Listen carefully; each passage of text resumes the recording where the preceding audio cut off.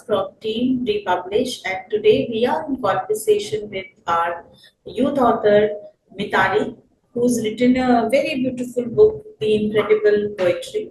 And Mitali, over to you. Please, can you introduce yourself and talk about your hobbies, the profession you want to be in, and share something from your book? Yes, ma'am. Thank you so much for providing me the platform so that I can express myself. Um, I have done my schooling from St. Cathy Senior Secondary School in South Delhi. And then I pursued BLEd because I always wanted to become a teacher. And I wanted to connect to young minds. So then some of my acquaintance suggested me to join the course of Bliss. That's like BLIS, that's Bachelor of Library and Information Sciences. So initially, I did not know anything about it and did not have any interest because initially, when we don't know anything, we cannot develop an interest in that. But as soon as we start knowing about it and exploring libraries and exploring different various aspects of the subject, then we can have some interest in that. So the same thing happened with me, and I had joined the internship in Gargi College, and I have been the student of BLED in Gargi College only. So I had an amazing experience with Dr. Babita Gaur, and she only introduced me to this fest, and I could be a part and express myself. So this has been a wonderful experience, and now I have a lot of interest in becoming a librarian just like her, because she is my inspiration. Like the way I could express myself and the amount of fame and appreciation I received has actually encouraged me to become a librarian. So now I have two options. One is to become a teacher, and the second is to become a librarian. And now, as I explore more and more, I right now I'm at the part that I want to become a librarian, just like Babita ma'am, because as she gave me opportunity and encouraged me to such a great level, I would also like to encourage the young generations that are younger than me and who will be my students. So that's why. That's wonderful, and we have also, done a podcast with Dr. Babita, and we Yes, ma'am. got to, meet her during the fest only.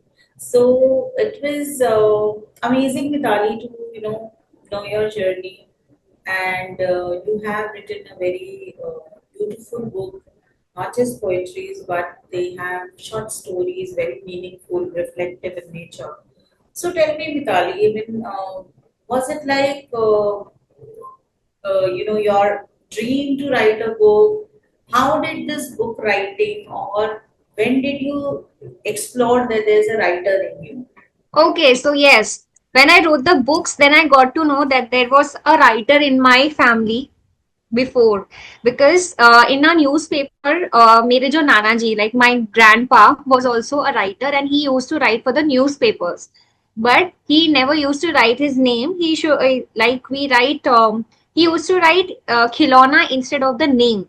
He didn't reveal his identity, but he used to write in the columns of the newspaper. So when I wrote the book, my family was very proud, and they said to me that this has come into your genes through our family only, because we already had a writer in our family. So and I never knew that, but as I got this opportunity from Republish, then only I could explore. uh, Before I didn't have any idea that I can also write books, and it was actually my dream to write a book, because when we are in a school or when we study in a college, we think that writing a book is a very complicated and a very tedious task. It requires a lot of effort, and it becomes a dream for the other person, because it seems to be next to impossible. It seems like it's not at all easy to write a book. But in my case, it was not the same, because I could express myself. I was free to write whatever I wanted, and I was free to write on whatever themes I wanted to. So through my poetry also, I try to touch those societal themes which are very much necessary, and sometimes we stay with our family but do not discuss with them, or we never talk about them. So we must touch those issues which must be talked upon and which are very important. So yes, it was my dream and it has been fulfilled to write a Okay. book. And actually, you have written very original, something coming from the heart. When Yes. you read your book, anybody who read it, it's really raw in nature. So tell me, it must have been a very exciting moment to have your first copy in your hand and Yes. share, and then probably when you were also made to aware that you have the book is in the jury selection, that must have all given you a lot of pride, confidence, and a sense of joy. So Yes, tell ma'am. me, since you are now also moving towards pursuing a career in library science, and where you will explore books and you will make books available. So tell me, what stops people, or youngsters, to not share their thoughts in terms of writing is one platform, but I'm sure there's so many other ways to express. Um, to begin with, like talking to each other is, I think, something which is now missing out. We are either texting or we are, you know, uh, probably doing a very short call with the people who mean a lot in our life.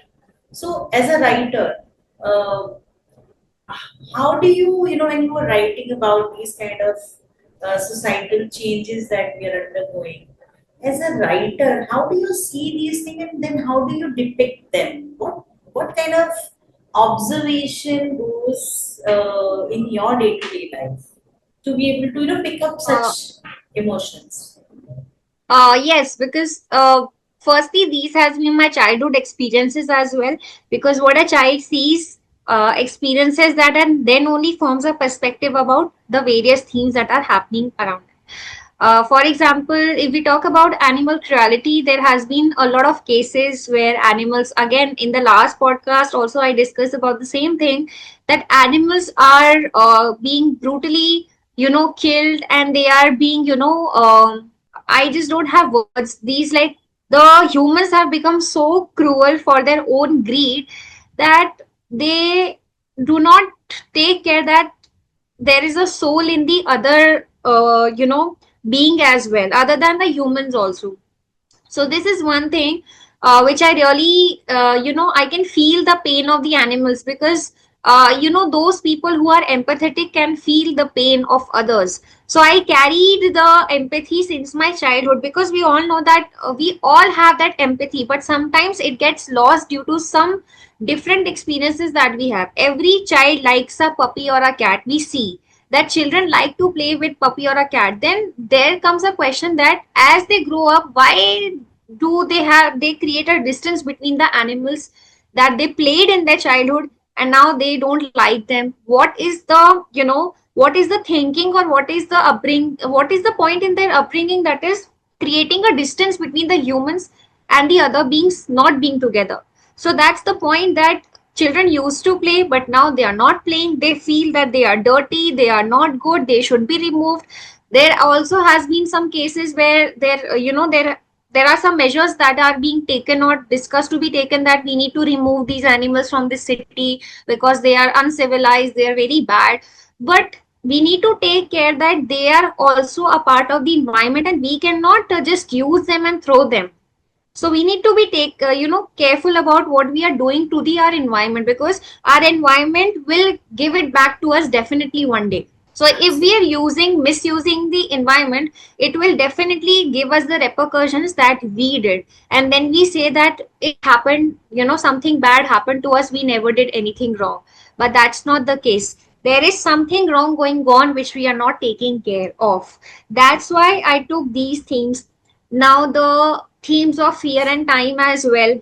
We live in the fear, the FOMO. We talk about the FOMO. So what is FOMO? FOMO is fear of missing out. So why do people have that FOMO? It is because of the constant competition going on. Some, if like, if there is a fat girl, if there is some, then they will ask her to be, there is always a proper form in which, people want to see a human. If she's fat, why is she fat? If she is so tall, why is she tall? So these are some things which we should not be judgmental of. This is the fear, the fear that people will say this about my weight, people will say this about my height. Why is this fear? So life is not meant to be, spent in fear. It must be full of experiences that helps others to learn from them and to gain more new experiences. So, and also about time, we need to manage our time. People have become so busy in their life that they are not able to manage their work life as well as their personal life, due to which there are many issues arising. Now youngsters have a fear of, marriages nowadays more, due to many of the cases that have been seen. There has been cruelty with the, many people, not even like, not only girls but with boys as well. Now we see those cases. So people are very much scared of some things that they were not afraid of in the 90s or in the 2000s, but now they are very much afraid of these things. Why? Because of the changing times and increasing cruelty. So my motive is to remove the fear and to encourage living together happily and with the great and good intentions. The good intentions to help each other in their problems rather than pushing them down in their bad time. So this is my perspective that I poured into this poetry. Yes. So true that we are living a very secluded, we going towards a very secluded life, which is full of artificial things that are giving us happiness, and but we are moving away from nature. So I really like the point that you discussed, that how people are living in this FOMO, and taking responsibility. When we you were you mentioned about the dog, cruelty towards animals. When I was reading, I felt that it's more to do that if I take care of something or a being or some responsibility, I'll have to give time to it.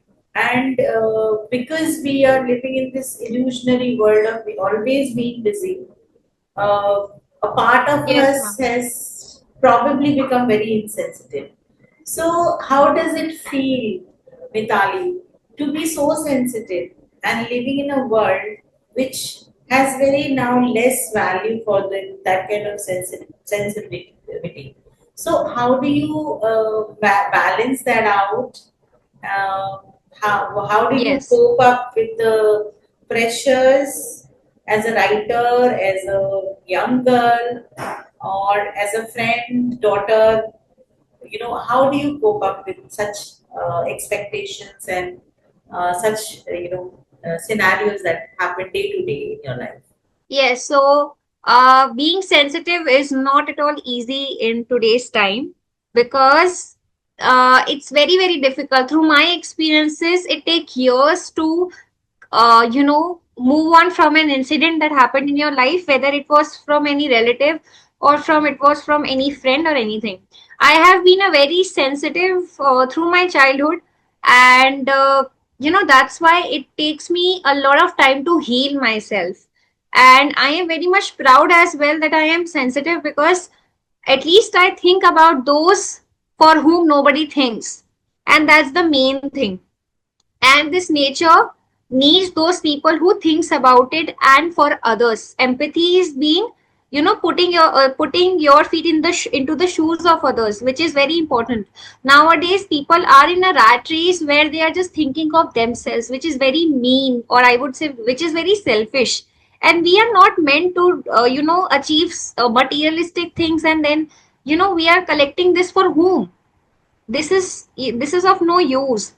According to me, to some extent materialism is important as well, to for earning, to live our living, to earn our living. It is very important, but The point of sensitivity, it is a very difficult task because, as we say, it is a Kali Yuga, and there are many, like, a very few people who understand what you feel, and to it's not easy, but yes, being a sensitive person is a blessing, that you can understand somebody else's emotions and you can also help them, counsel them, and heal them.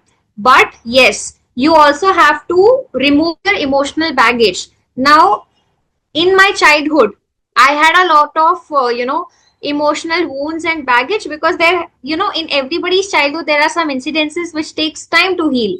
So we need to leave those emotional baggages. That's very important, and with time we learn it. It's not a instant process.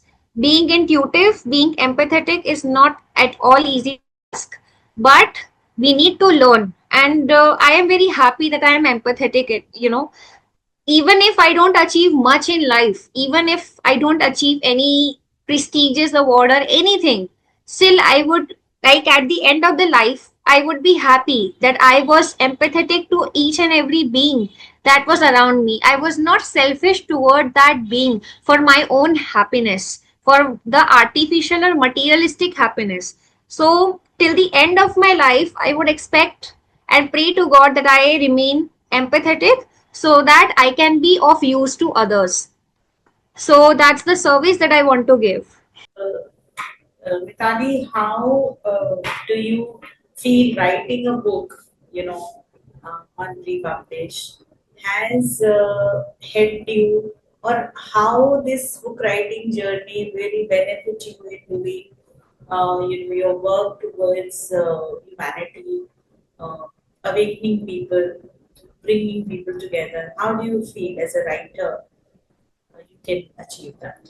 As a writer, also, I'm very happy because, um, firstly, I'm very proud that I have been from a family which is full of, it's like it has all the members as teachers, and, a task of a teacher and also the writer. My Nana ji was also a writer, as I told earlier. So I am like, it is in my genes. And the role of a teacher is to help, which I try to do my best. I always try to help others. And as a teacher, my first priority also has been that it's not about making the children write or read, it's about understanding their emotional needs. And the teaching, the BLED program, and my teaching experience has also helped me a lot in this writing, because until and unless we understand the other person's emotions, or is the other person in the state to understand or learn, we cannot move forward.